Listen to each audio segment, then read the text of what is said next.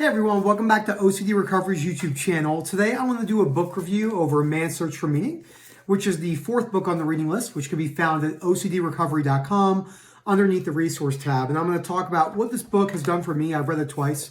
I've also watched other concentration camp documentaries and just different things about Auschwitz and World War II and the Nazi regime and all the inhumane things they did to people.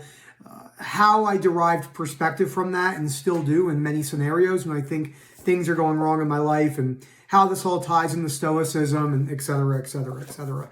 I have many people who ask me why this book is on the reading list. People can conceptually understand why book 1 and 3, the Albert Ellis books, Paul David's book At Last a Life about anxiety and self-help for your nerves. But sometimes people think, well, why is this book on the reading list? What makes this book so unique? And it's because the perspectives that are used in this book to potentially break down fear, the fear of being stuck forever, that are so important. As always, don't forget to subscribe, hit that like button. We have lots of great webinars coming up in coaching services. So if you're interested in any of the webinars or coaching services, please email info@ocdrecovery.com, and I will mention that again at the end of the video. So Viktor Frankl was a psychiatrist, which is a form of a medical doctor, psychiatrist, and I can't remember if he's from Austria. I believe he's from Austria. And he went to Auschwitz. And when he got to Auschwitz, he really didn't know what was going on. And he lost his family. I believe he's lost his parents, his wife, basically everyone in his family, and was in and out of concentration camps. Well, he was in concentration camps, but I can't remember if he stayed in Auschwitz the whole time for a total of, I believe, 3 years. And the perspectives and the reason why it's called Man's Search for Meaning, and his ideology about why meaning is so important and the why, and talks about all these different stories in this book about deriving lessons from extreme hardship. Another one of my favorite quotes, which I use all the time in the YouTube videos, is by Jim Rohn, who was Tony Robbins' mentor. And what he says is hardship plus opportunity, and that's what it states for 6,000 years. And I really do try to live my life by that. And I try to think about this book at least, 2, 3, 4 times arbitrarily a month, or different aspects about the Holocaust, and realizing the inhumane and the acts that I deemed extremely undeserved and unfair. I have to realize that there's no universal concept of fairness and deservingness, because if it did, in the way that we believe as humans, that it would have never happened. But because it did happen, it goes to show you that there's no such thing as universal fairness and deservingness, as much as we wish from our own perception that it was. And in this situation, I do wish that deservingness and fairness was real, because I'm watching a concentration camp documentary right now. It's all live footage from, I believe, 1945, when they were going through all these different camps. And they show a lot of deceased bodies, a lot of rotted bodies, a lot of people who were shot, and all these other atrocities that can be difficult to watch, but you can gain perspective from them. And I think this book is more than likely one of the best books ever written about that. Paul David's book is really good too, for perspective on an anxiety standpoint. So if you go to let's see if it has the list of the chapters in here. The chapters, there's not a lot, and I remember correctly. So, chapter 1 is Experiences in a Concentration Camp, which is 94 pages. Logotherapy in a Nutshell, which went from 97 to 137, so 40 pages. The Case for a Tragic Optimism, which is another 20 pages, and then Afterward. So the book is an incredible perspective on life.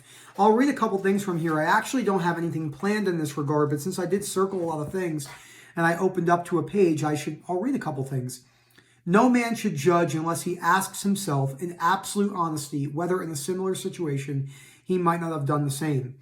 That perspective, I'm actually going to put a sticky note there and use that as a post on my Guy Who Hikes. If you want to find me on Instagram, my name is A Guy Who Hikes. That's just one particular word, which is linked to OCD Recovery. I post 2, 3 posts every single day. I try to, sometimes more if I'm in the mood and I have the time.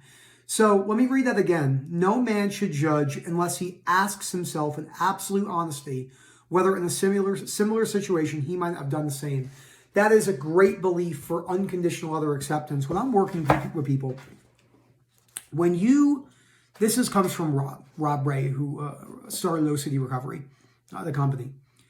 If you're from the tropics and you are on top of Everest in a snowstorm, it's hard to remember in that all-encompassing cold weather and storm what it's like to be in the heat, even though you're born and raised in the heat. When you start to get better from OCD, it's easy to forget what people are going through, and it's easy to imagine. This is the reality that no one wants to say. It's easy to forget where you were, and sometimes when people are just not listening and they don't want to read the books and they don't want to put the work in, it's so easy sometimes to judge, but you have to pull back, reflect, and remember that's where you were. And showing compassion and empathy is really important for that. Let's see a couple other things. Here's a good one. It's well known that humor, more than anything else in the human makeup, can afford aloofness and an ability to rise above any situation, even if it's only for a few seconds. Can afford you to rise above any hard situation, even if it's only for a few seconds. If you've been to any of my webinars, I hope you enjoy. I like to joke around and kind of poke fun and trigger people. We do this because OCD can be really serious. It's important to have a laugh. This is why I'm very much against that we have to hold, when people say OCD is an adjective and they get on this resentful, righteous pursuit against people who don't understand OCD. I can break this down in one sentence. If you didn't have OCD, you would not know what it's like to have OCD. There's no need to try to convince other people. That usually doesn't work. I think it's really, really, really key. Let's see.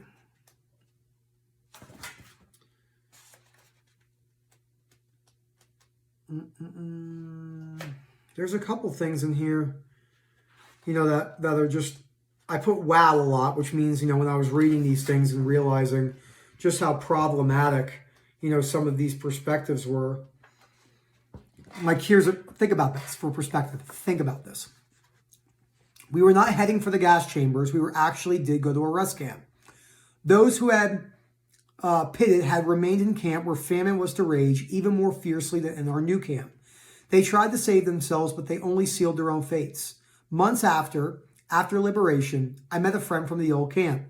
He related to me how he, as a camp policeman, had searched for a piece of human flesh that was missing from a pile of corpses. He confiscated it from a pot in which he found it cooking.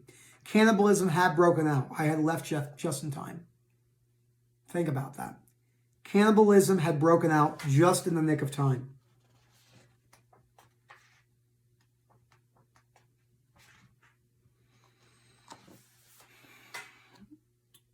Man is no more than the product of many conditional and environmental factors. Man can persevere a vestige of spiritual freedom, of independence of mind, even such under terrible conditions of psychic and physical stress.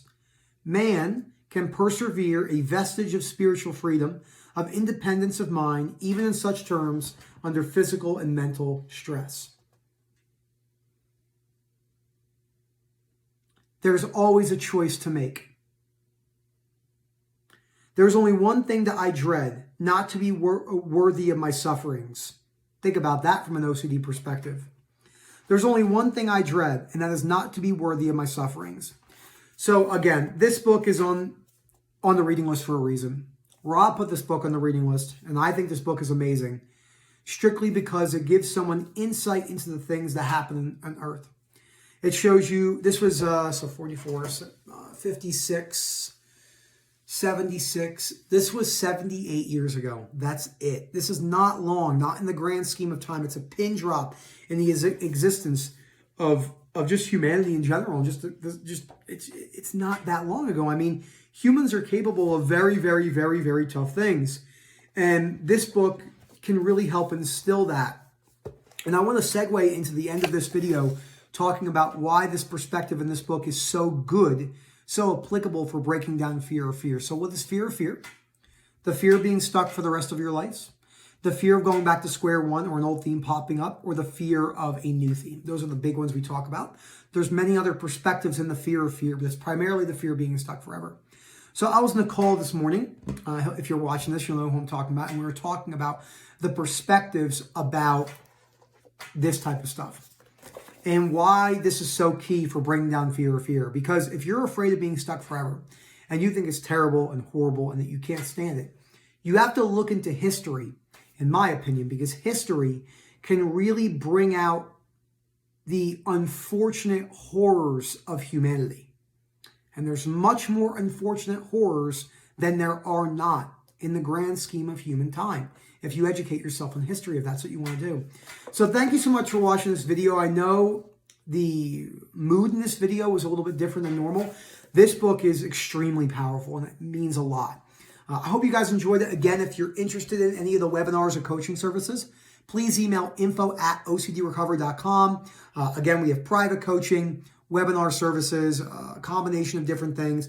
That gets you access to the WhatsApp groups. We have a free Facebook group that's moderated. And yeah, I hope to see you there. Let me know what your opinion is on this book. Let me know. I'm a big reader. Let me know if there's any other books like this that you liked. And we can go back and forth and talk about some books in the comments, because I think reading is a great thing. Thank you so much for watching. And as always, have a great day.